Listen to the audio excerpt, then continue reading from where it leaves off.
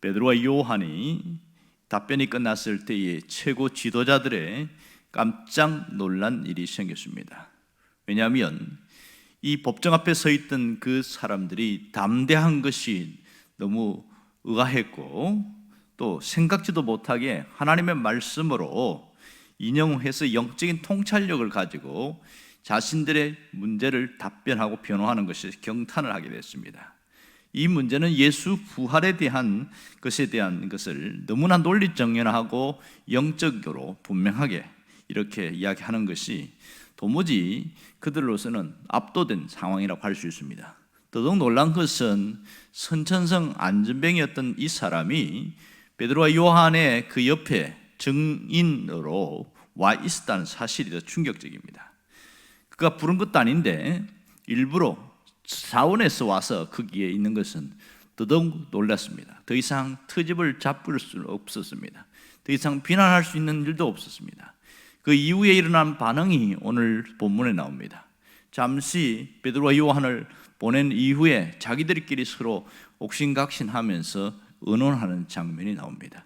그것이 오늘 16절부터 나오고 있는데, 이들이 무슨 의논을 했느냐 하면, 이 사람들을 어떻게 할까? 그들로 말미암아 유명한 표적이 나타났으니 이것은 안전병의 사건으로 통해서 예수 부활에 대한 표적이 나타났다, 그 얘기입니다. 예루살렘에 사는 모든 사람이 알려졌으니 우리도 부인할 수 없는지라 이미 소문이 전체에 다 퍼졌다, 그 얘기가 되겠지요. 자, 두 사도가 예수님이 부활했다고 그 증거를 선천성 안전병이가 나은 사건을 통해서 그것으로 나타나는데, 이 소문이 전체에 확 삽시간에 예루살렘 전체에 퍼졌다는 것을 이야기를 하고 있습니다. 우리도 부인할 수 없다, 이렇게 얘기를 하고 있어요. 그러면 이 사람들이 해야 될 일은 딱 한 가지입니다. 부인할 수 없기에 자신들이 착오가 생겨서 그렇고, 그래서 몰라서 당신들을 신문하고 그렇게 해서 미안하다 정중히 사과했으면 아마 그들은 최고의 종교 지도자들로 추앙을 받았을 겁니다. 그런데 그들이 내놓은 결론이 너무나 황당하고 어처구니 없는 그런 짓이었습니다. 17절에서 18절을 보면 상당히 엉뚱한 그런 결론을 내리고 있습니다. 이것이 민간에 퍼지지 못하게 그들을 위협하여 먼저 협박을 하겠다는 거죠. 그 이후에는 아무도 예수 이름으로 말 못하게끔 경고하고, 도무지 예수 이름으로 말하지도 말고 가르치도 말라. 얼마나 황당한지 몰라요. 왜 최고의 학식을 갖고 그리고 종교 지도자라고 하는 이 자들이 내놓은 결론이 이것밖에 못 될까? 그런 생각을 하게 되어집니다. 여러분, 이것이 이렇게 한다고 해서 과연 그러면 안 퍼지겠느냐는 거예요. 도무지 이렇게 황당한 결정을 하는 이유가 뭐냐는 거예요. 예수 이름으로 말하지도 말고 가르치지도 말라고 위협한다고 해서 그러면 베드로와 요한이 입을 닫았다고 칩시다. 이 얘기가 도무지 안 나간다는 보장이 어디 있겠어요? 이미 너무 소문 퍼진 것도 알고 있으면서. 그러니 이런 어리석은 그런 결론을 내리는 것 자체가 참으로 어처구니 없는 결정이라고 할 수 있겠지요. 자, 그때에 두 사도의 대답이 19절에 나옵니다. 19절에 보면 베드로와 요한이 대답하여 이르되 뭐라고 그럽니까? 하나님 앞에서 너희 말을 듣는 것이 하나님 말씀 듣는 것보다 옳은가 판단하라, 이렇게 이야기하고 있습니다.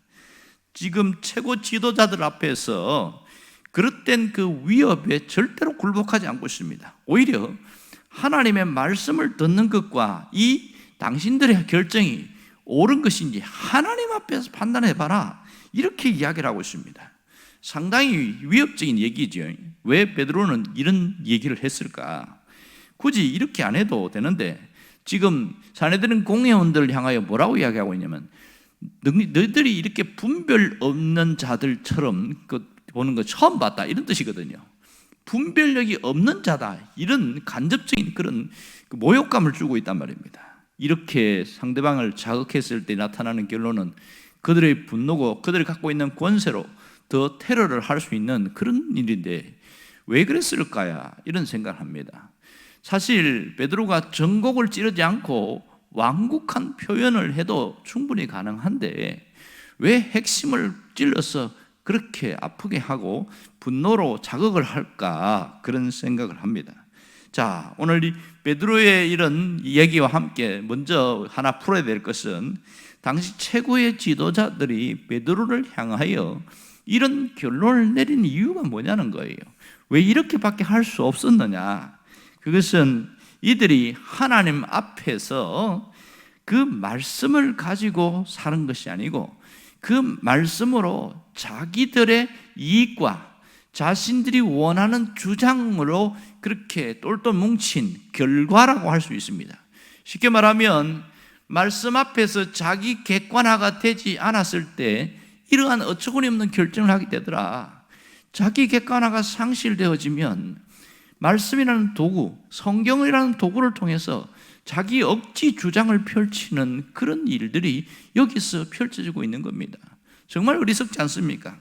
그들은 정말 그 엄청난 권세와 많은 부귀와 영화를 누렸던 이런 사람들이었는데 실제로 성경을 많이 안다고 하면서 성경을 가르치고 있지만 성경 말씀대로 살지 않았습니다.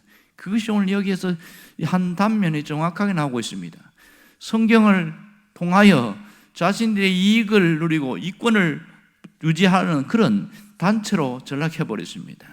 결국 이들은 참된 신앙인이 아니라는 것을 증거해주고 있습니다. 이들이 결국 예수님의 말씀대로 성전을 지키고 성전을 고수하던 사람들이 성전이 무너졌을 때에 여지없이 다 흩어져 버리잖아요. 그동안 붙들고 있던 기득권들이 성전 때문에 일어난 일이거든요. 부귀영화를 누리는 것이 성전이 있었기 때문인데 성전이 확 AD 70년에 무너지고 난 다음에는 완전히 흔적조차 없어져 버렸습니다. 이렇게 된 일이 우리가 알고 있습니다. 그럼 베드로와 요한은 왜 이렇게 당당하고 전곡을 찌르는 말을 하고 있었는가? 왜 이렇게 할 수 있느냐? 그것은 이들이 하나님의 말씀 앞에서 자기 객관화가 되어 있기 때문에 가능한 일입니다. 그들은 이미 부활의 주님을 만났고 그 부활의 정인으로 살기로 결단했기 때문에 죽음에 대해서도 조금도 두려워하지 않았습니다. 그들이 위협을 받고 협박을 받았지만 그 앞에 조금도 주눅들지 않았습니다. 그것은 자기 말씀 앞에 자기 객관화가 되었기 때문에 나타나는 놀라운 현상이라는 것을 알 수가 있습니다. 오늘 말씀으로 자기 객관화가 된 이들의 모습이 진정한 신앙이라는 것을 알 수가 있습니다. 우리가 이 베드로와 요한 그리고 이 산헤드린 공회원들의 결정, 이 모습을 통해서 무엇을 깨달을 수가 있습니까? 늘 말씀으로 자기 객관화를 시켜나가는 것, 이것이 우리가 참된 신앙인으로 살아갈 수 있다는 사실입니다. 오히려 말씀으로 자기 객관화가 되지 않을 때는 자기 생각대로 살아가고 자기 가치관이 흔들리는, 신앙 가치관이 흔들리는 쏠림 현상, 치우침 현상이 생길 수 있다. 이것을 분명하게 보여줍니다. 오늘 많은 신앙인들이 어떻게 살아가고 있느냐, 우리가 진단할 필요가 있습니다. 어떤 상황, 어떤 환경에서 한쪽으로 치우치는 그런 경향을 보일 때가 종종 있습니다. 많은 사람들이 신앙적 사고와 신앙적 시각을 버리고 한쪽으로 치우쳐가는 그런 일들이 나타나는데 이것을 쏠림 현상이다, 이렇게 말합니다.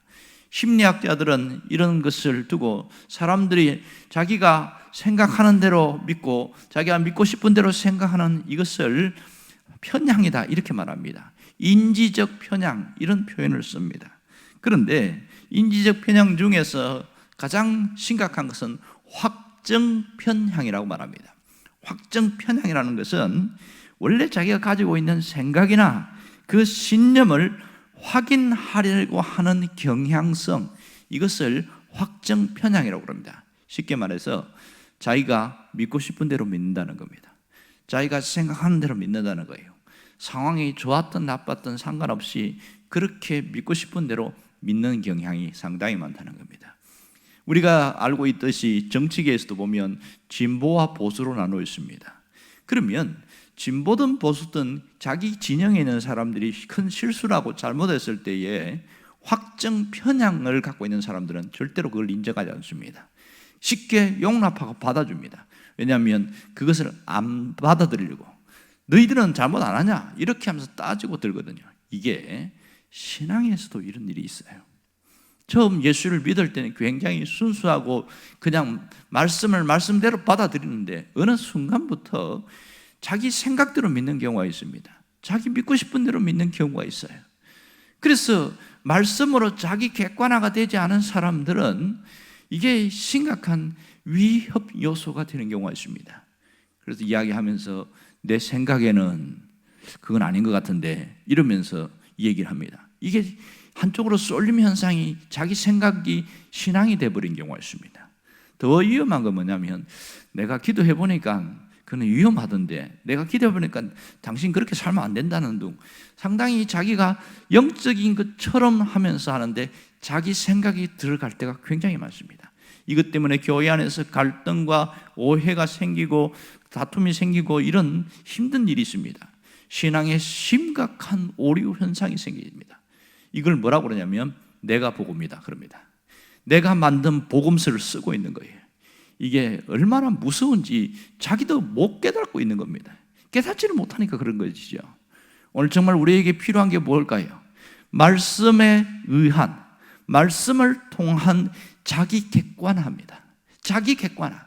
내 생각대로 믿는 것이 아니고 내가 기도한 대로 믿는 것이 아니라 말씀이 원하는 대로 말씀이 가는 곳으로 가고 원하는 대로 믿는 것, 이것이 자기 객관화라는 겁니다. 이게 없으면 신앙이 굳어져 버려가지고 이상한 현상이 생겨집니다.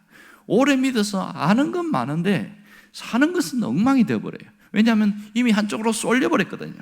정말 우리의 삶의 기준은 하나님의 말씀입니다. 이 삶의 기준이 하나님의 말씀이라는 것은 원칙은 변함이 없습니다. 문제는 내가 하나님의 말씀이 기준이 안 되고 살아가는 사람들이 있어서 안타까운 뿐이에요. 오래 믿은 사람이 나타나는 병폐 중에 하나가 말씀이 기준이 아니라 자기가 기도한 것이 기준이 되고 자기가 그동안 믿어온 그 경향의 어떤 한쪽의 생각, 이것이 기준이 되는 경우가 너무 많아서 가슴 아픈 일이 참 많습니다. 오늘 우리가 날마다 말씀의 거울 앞에 자신을 다리 들여다 볼 수 있어야 됩니다. 그래야 쏠림 현상이 없습니다. 내가 복음을 안 쓰게 된다는 것이지요. 말씀의 거울 앞에 서 있는 사람은 이 주님을 인생의 선장으로 모시고 선한 청지기로 살아가게 되어집니다. 현실 앞에서 비굴하지 않습니다. 그리고 쏠리지 않습니다. 오늘 주님의 말씀대로만 살아가려고 애를 쓰고 있거든요. 그러다 보니까 세상의 유혹이나 위협 앞에 굴복하지 않고 주의 말씀을 붙들고 살아가니까 온전한 신앙인으로 서 있게 되더라는 겁니다. 정말 우리가 말씀으로 자기 객관화를 시키지 않으면 항상 흔들릴 수밖에 없고 고인물이 될 수밖에 없다는 사실을 분명히 깨달아야 됩니다. 우리가 해야 될 것이 무엇입니까? 말씀 앞에 무릎을 꿇는 일이 우리가 해야 될 일입니다. 말씀 앞에 무릎을 꿇는다는 것은 주님의 말씀 앞에 내가 복종하겠다는 의지적 결단을 말합니다. 말씀에 의해서 자기 객관화를 시켜나가는 일이 끊임없이 반복되어질 때에 신앙이 건강해집니다. 건강한 신앙인으로 살아가게 되어지는 것이지요. 이렇게 말씀 앞에서 바르게 판단하고 바르게 살아갈 때 바른 신앙인이 될 수 있다는 사실을 잊지 않기를 주의 이름으로 축원합니다. 기도하겠습니다.